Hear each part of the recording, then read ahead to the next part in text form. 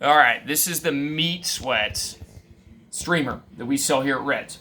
Okay, let me tell you a little bit about fishing this streamer. So about 2 months ago, I filmed a video where I was check nymphing, contact nymphing, direct line nymphing, whatever you want to call it. I was using a Sculpzilla streamer, number 8, and I was using that as my anchor fly and swimming that Sculpzilla down through the rocks. And it works well.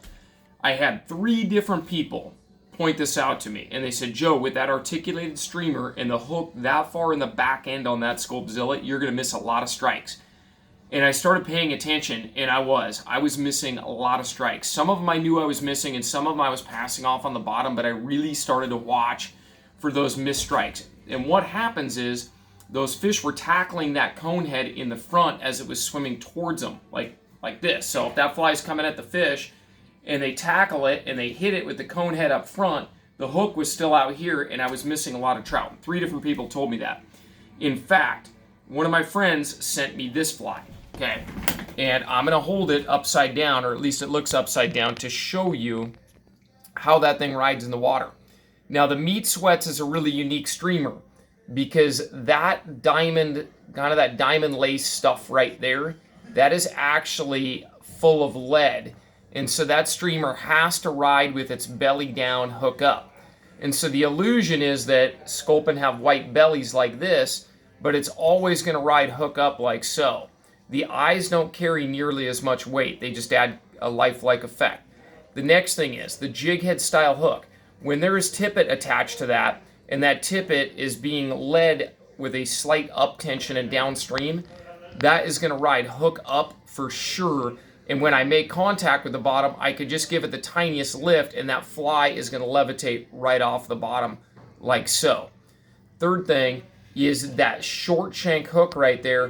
When that fish comes and tackles it head on, and they will eat it head on because I'm bringing it downstream at them most of the time. The front half of the presentation is all going to be me swimming that fly downstream at them, which is how I hook some of my biggest trout.